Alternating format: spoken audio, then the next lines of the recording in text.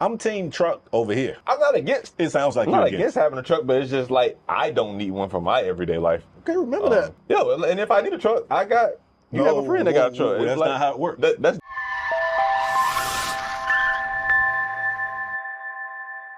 What's good, y'all? It's Cam. And it's Spade. And we are back with another Two Brothers Automotive News episode. Spade. Yes, sir. Episode 25. We at quarter of a century. We hitting milestones. Getting there. Spade, you want to go first today, Spade? I feel like you go first today. Let's get into it, folks. Let's go talk to my boy Jim Farley, CEO of Ford. You love Jim, bro. I mean, Jim just cooking. Although I don't know if Jim he cooking talk here. a lot. He do talk a lot. So for those that don't know, he was just recently somewhere talking, because that's what Jim does. And he says that Ford currently has 5,000 open mechanic jobs that's going to pay six figures, upwards of six figures.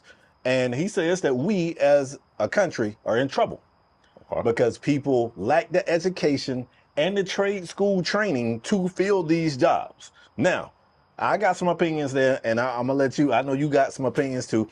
But what he has is something that I kind of want to compliment him on, Cam. He says that Ford Company is doing better on wages. Said we got rid of our lowest tier of its wage scale and agreed to give workers a 25% salary bump over the next 4 years as part of this agreement that they had with the United Auto Workers Union back in 2023. Okay. All right. He said still part of the problem for the shortage of manufacturing jobs is a lack of education and training. He noted, for example, learning to take a diesel engine out of a Ford Super Duty takes at least 5 years of training. That's what he says. All right. He said the current system is not meeting the standard. Now, I got some hot takes. Before I really get into it, Cam, what's your thoughts on this? Do you think any of this is cap or you believe it? I believe it's probably not enough people in trade school. Like that pool of talent probably isn't big. Sure. I don't necessarily see, at least in my life experience, I haven't necessarily seen people talk down on trade school, but I don't see it get talked about a lot. Sure. And even like when it does get brought up, I guess the reason why it probably has a negative connotation, people really don't hear about it until they kind of like, you ain't got no options left. Go to trade school. Like that's really the only time you get brought up. But honestly, you need to be introducing people to that kind of early because like, you know, like the traditional like college and like university structure, that ain't for everybody. And even like some of the degrees they offer might not be your strong suit. Like you might, if you're real good with your hands or, you know, at least just kind of inquisitive about, you know, doing more hardware stuff, then yeah, trade school is for you. And we gonna always need them jobs. We gonna always need people to weld metals together. We gonna always need people to manage HVAC. We gonna always need electricians to do electrical work and make sure, For sure. I don't foresee a society anytime soon of us not needing them. So like, it's always going to be a market for them jobs. What I'm a little confused on, he's saying the system is outdated. Is he saying their system of taking engines out, that diesel engine now is outdated? Or is he saying, that's what he's saying. He's saying the trade school system is outdated. Is that what he's getting at? I think he's saying like our education system. Oh, okay. He's talking about the education system overall. Now, Jim, if I'm wrong, hit me on my beeper. You got my beeper. Hit me on my beeper and let me know. That's how I. Okay. So I'm not sure how to take that because I'm not exactly sure what he's referring to as being outdated. Sure. It taking 5 years of training to learn how to take a specific diesel engine out of a truck. Sounds like you should probably go talk to your engineers and maybe make that a little bit easier because that seems a bit ridiculous. Yeah, that's also true. Yeah, I feel the same way. First of all, if he's saying that they got this many jobs available, I'm just going, here's a hot take. What's going on with y'all hiring practice? If you got 5,000 open positions and it's paying over six figures, I kind of find it hard to believe that you can't find like it's people out there in this economy. You feel me? Yeah. Like it's I know. Listen, man, I grew up in a small town. I know mechanics that can pull engines out of cars without the proper tools. Jack your joint up under the tree and snatch the motor out of it. And you trying to tell me like you know? So I feel like it might be a little bit of cap in this rap when it comes to that. However, I do want to speak to the negative connotation or just the way people view trade schools. Now, we're in different generations. When I was coming up, nobody explicitly said don't go to trade school. But the push was on 4-year degrees. It was on the university system. It was almost college is the way for everyone type of approach. And it was kind of implied that if you didn't go to college, if you didn't go to a 4-year university, that you just you wasn't good or you wasn't smart or you wouldn't make it. Like that was implied.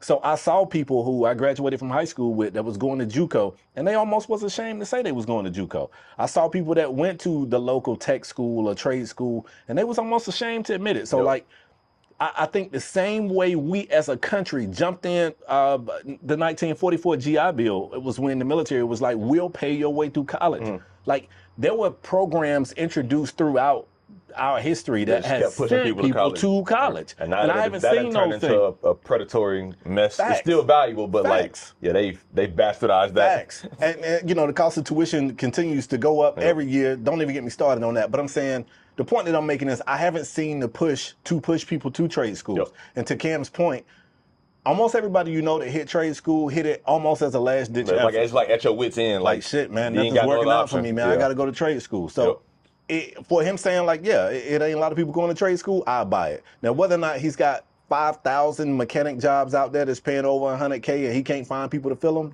that feels a little cappish to me. And then again, maybe the standards are just extremely high. And for what it's worth, you know, Jim, I'm gonna keep it a bean with you, man. You know, I'm rocking with Ford trucks right now, and I want you to hire the best. But come on, man, y'all can't find nobody? Nobody? Yeah. To kind of add on to that, it kind of the same. Like I said, I've never, in my experience, I've never seen anybody say like, "Ooh, trade school is bad." But like just because of how I introduced it, kind of we as society have kind of put it into that bad pecking order. But even in like my generation, I think, you know, it grows more and more that like people are like, I don't need a 4-year degree, like especially with certifications and all that stuff come out. But I think my generation saw the push of getting a tech job or like getting something in a tech role of just like, yeah, the best jobs are ones where it ain't blue collar, you ain't gotta get your hands dirty, you at an office. So like I think that's part of the reason why like people in my generation ain't really going to tech school in droves like that. But yeah, for me, I know people who do it and they make plenty of money, because again, we always need y'all. It's an essential job. Like if we have a plumber problem, like that's an issue. Like we need y'all. So yeah, man, if you got somebody, I ain't gonna necessarily say just young, but like young or old or somebody who want a career switch, if they handy, hey, suggest trade school to them, because and a lot of them trade school degrees don't take long. Like they don't take long. They ain't super expensive, and you pretty much like they make good money. Like it's a good life. Jim looking for you. Yeah. If you want to go work on Ford trucks or whatever else they got going on, take you 5 years to learn how to pull that diesel engine out. Hey, matter of fact, if you could do it in 3, you better than the field. Jim said it's taking folks 5. If you can do it in 3, you ahead already. I don't know if we should be saying this, but I know a crackhead right now that'll snatch an engine out of a Ford truck in 3 hours. I guarantee you, he'll get it out. Just tell you what I know. I'm not even gonna touch that. We ain't gotta use it. I'm just telling you what I know, Cam. I'm just here to tell you what I know. Oh my God, that's all you got for That's all I got. That's all you got. I'm gonna move on. Spade. Yes, sir. This isn't about a particular manufacturer, although it's gonna start off talking about a particular manufacturer. But this, Spade, we're gonna dive into an issue that I see on the horizon that we've touched on vaguely here and there from different manufacturers on various topics. But Spade, we are coming up to a power struggle when it comes to automotive software. Okay. That power struggle is going to happen between auto manufacturers themselves and various software companies, mainly Apple and Android. I see it coming. Writing's on the wall. Very recently, GM CEO Mary Barra announced that new GM-made vehicles will not support Apple CarPlay or Android Auto. Wow. Won't support them at all. You can plug your phone in. They will not pop up in their, first-party infotainment systems. They are locking the same features that you get from those services behind a subscription, behind a paywall. GM's version of this is a subscription that starts at $10 a month. They have tiers of their plans. I wasn't able to get information on what are the differences between the tiers. Sure. I'm imagining the better the tier, the more stuff you get. But the cheapest version of it is an extra $10 a month.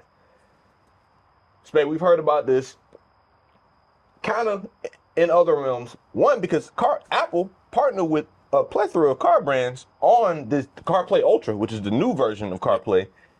And a lot of those brands backed out. Rolled out. Yeah, they backed out of it. I believe Aston Martin is right now the only manufacturer who has shipped a vehicle with CarPlay Ultra in there. And even after they shipped it, they were like, oh, nah, we messed up. So I'm seeing this power struggle, and we talked about it last episode with some of Toyota's subscription practices that people aren't happy about. And Spade, I think we real close to a new era of car buying where it's about to be the norm that you buying your car ain't the end of purchases anymore. And I'm not just talking about maintenance. Like, we talking about features that are in the car that you finna have to keep paying for even after you drop $50,000, because guess what? Cars are also more expensive than they've ever been. I think it just came out that the average price of a new vehicle is $50,000. Not shocked. So, Spade, I'm a tech guy. I love technology.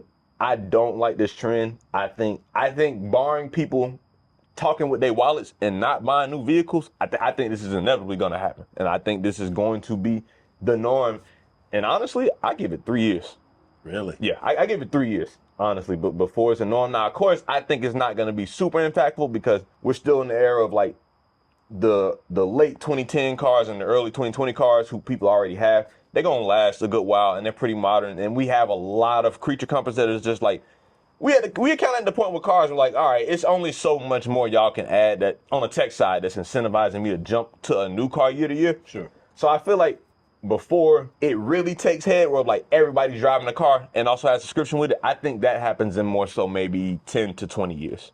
But I definitely think as far as buying a new car, I think this is about to be the norm for everybody in the next 3 years. So interesting. What are your thoughts on hearing that? I got a bit of a hot take. I think I just what I expect, and I shouldn't maybe because I'm just a different breed, but I just expect people to buy new cars and quickly go to aftermarket radios. I see people, because I mean, yes, like once upon a time that was the norm anyway. You was buying a car and you was getting rid of the factory radio, head unit speakers, all that, because it really just wasn't up to par. Now since then, the factory radios that come in these cars, the sound systems are good. They sound good. The speakers can handle a lot more wattage. You get better sound. You can get some really, really good factory sound systems. And I feel like, I don't have the numbers to support this. I feel like because the newer cars are getting so much better in the quality of the sound system, you don't see as many people go aftermarket head unit. But them shops are still there. They're not. So for me, I know even if I bought a new car and loved the car, I'm not paying $10 a month to play my Apple Music or whatever. To use the maps. I'm not doing it. I'm not doing it. I'll just snatch that joint out, go cop me a Kenwood or Alpine or some shit, put that in there. And unless you're going to tell me, unless they have a way to get these other, head unit manufacturing companies to also integrate their first party stuff, which I doubt. It's just, I think that option will always be there. It's just an additional purchase. So and even though it sucks, it's a one-time purchase. Here's my only concern with buying a new vehicle, is I'm 99% sure that's going to void the warranty. For people Changing the radio? I guarantee you they'll do that. I guarantee you they'll do that. See. And maybe, if you're lucky, it might just void the warranty on anything infotainment. And if that's the case, I'm with you. I'm taking that. I'm taking that. But again, think about the average car buyer who ain't privy enough to deal with all the ins and outs of changing the radio. Of course, they can take to somebody, but even still, say who is Best Buy. But losing a warranty or something like that, and now they got to deal with that. That might be enough to keep them beholden to the factory head unit. I foresee manufacturers doing that. If you change your head unit, I think that's real sleazy. Don't get me wrong. We've seen sleazy behavior from auto manufacturers in the past. I'd be curious to see how it go. I don't expect it to catch on like they believe it will. If you think that the masses are just going to be like, I'm fine just buying this brand new car and paying a monthly subscription to be able to use the features that I have once, it was introduced to me for free. And now you want me to, I just don't think it's going to go like that. The other part of this that sucks is that manufacturers, y'all created this CarPlay and Android Auto problem because y'all's infotainment systems for so long were dog shit. It was terrible. It was terrible. And Apple came in and said, here's a very simple, stupid interface. It is essentially your phone on the screen. Here's the map. Here is your music. Add in a few little other creature comforts here and there. Make sure it's compliant, that y'all can't be watching YouTube videos while you drive. And boom, Very simple to the point. Y'all had these infotainment systems with all these nested menus where it takes somebody like me with a degree in CS to sift through and find, how do I change my base and trouble? I gotta click a million buttons. It's like, it's a mess. And Apple gave y'all the blueprint, and even still, instead of y'all saying, we should get better at this, we said, no, we're gonna be lazy and just take y'all and integrate it. And now you reneging and like, we losing money on this because guess what? People ain't buying cars that often because cars getting more expensive. So what's another way we can nickel and dime and make a little bit more bread? Hey, we need to get that free nice software. Get that shit out of here, man. Yeah. Here is our version, which is probably, guess what, Spade? Worse. Still gonna suck. Worse. Still gonna suck. And now we gotta pay for it. Yeah, for sure. So yeah, it honestly, I ain't really got no aspirations right now of buying any modern car. Like I think a new the only way I'm getting rid of my 911 is for a new 911. But even still, if something like this going on, like this would change how new I would go. Because if I gotta buy it, if me getting a new car also means like I'm paying an astronomical amount of money and I gotta pay a monthly subscription on top of the car note, it's just like, fam, I'll get a car that doesn't require me to do that. Or like Spade said, I'll get a car where probably I'll go get an aftermarket warranty and put my own head unit in there, and I'm gonna bypass what you got going on anyway. And be good to go. So yeah, I hope it doesn't catch on. I hope people kind of fight this with their wallet and don't be out here just buying new cars off the shelves. But yeah, I do see most manufacturers trying to be on this wave. If not in the next 3, definitely in the next 5 years. Yeah, I buy that. Yeah, but that's all I got, Spade. It's just, not to be on some doomsday stuff, but it's on the horizon. It's coming. Like the evidence is there. So what's up? I'm also, last note, I'm interested to see if Apple or Android fight back on this. I'm interested to see if we're gonna see any type of legal battles. Oh wow. Especially over them brands that backed out of CarPlay Ultra. Like I still don't feel like Apple is gonna let that go silently.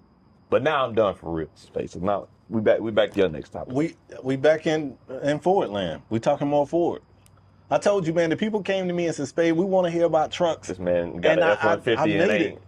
Yeah, man, I made it a part of my life. So check this out, Cam. For the first time since 2019, Ford, as a pickup truck whole, all pickup trucks, they are on pace to outsell GM this year in total pickup trucks. That hasn't happened since 2019. Really? Now, let me be clear, because when you hear that, you're like, oh, hold on.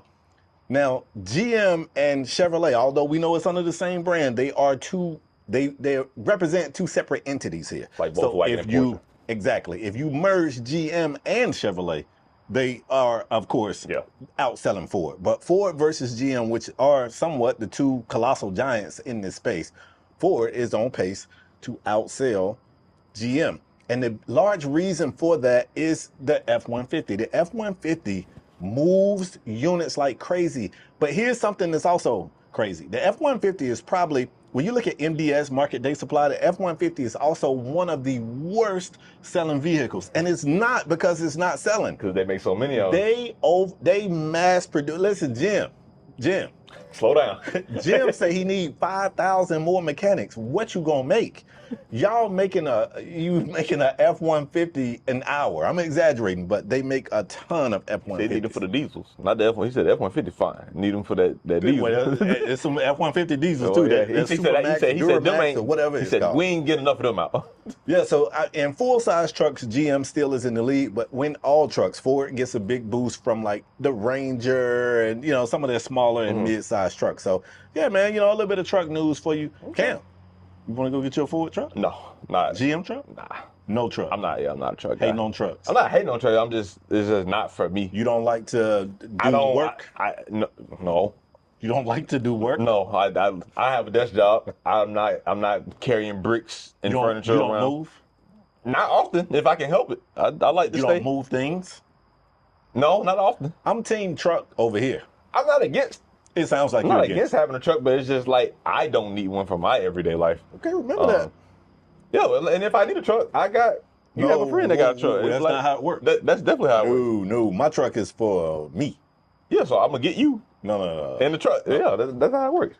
Do me a favor, if you're watching this video, weigh in. Are you a Ford truck guy or are you a GM truck guy? Or you I Chevy? have a theory, and I'm not gonna say my theory out loud. I'm gonna keep it right here.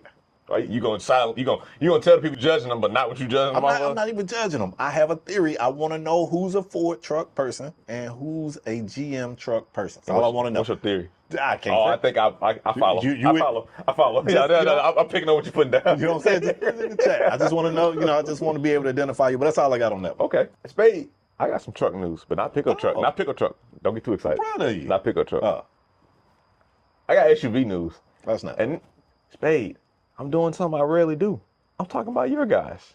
Stellantis. Oh yeah. Stellantis. Let's get it. Spade. Stellantis has self-destructing engines.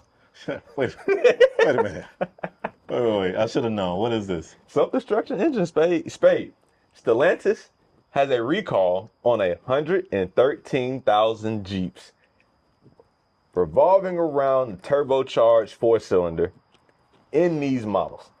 The recall is due to a risk of loss of power or a potential fire in the engine bay.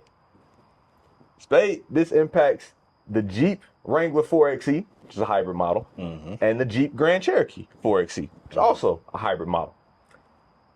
All those models built since 2023 and 2024, and I believe whatever they built in 2025. Spade, they're saying that this issue is caused by sand contaminants that are entering the engine during the block casting process and are not being thoroughly cleaned out. Oh, that's so terrible. The debris is being left in the engine, and the combination of these cars being hybrid and having turbos and all that fun stuff, and while the vehicle's being used, it can potentially lose power, which if you're driving and you lose power, very bad things happen. You don't have control over the car. And even worse, your engine can catch on fire. This don't get better. This don't get better. Spade, do you think Stellantis has a fix for this? As of today? I hope. No, they don't. Well, they know the problem. A fix is under development. Under development is what they say. But here's a kicker. Owners are not expected to be notified by mail until December 29th. They're going to wait till New Year Eve, basically. New Year Eve, to let y'all know that this is going on if you're not watching this video. So if you're watching these videos, you're welcome. I'm saving your life right here. Because you want to know what they saying to do in the meantime? Do not drive the car and park it outside. That's what they saying to do in the meantime until they notify you. That's very smart. So if you own a Jeep, a 2023 or newer Jeep Wrangler or Grand Cherokee 4xe, leave that shit alone today and park it as far away from your crib. Matter of fact, if you got a Nemesis, never mind, I ain't gonna say that. That's crazy. That's crazy. But if it's near anything that you value, move it immediately. Do not drive that car. Spade, I think we heard about this whole, I can't remember who it was. I had a topic that they had a recall and they were like, oh, they hadn't notified the customers yet.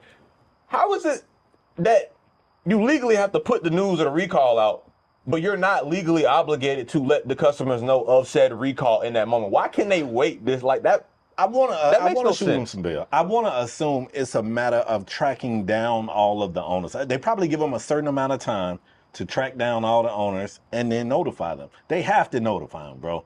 It's a time bomb.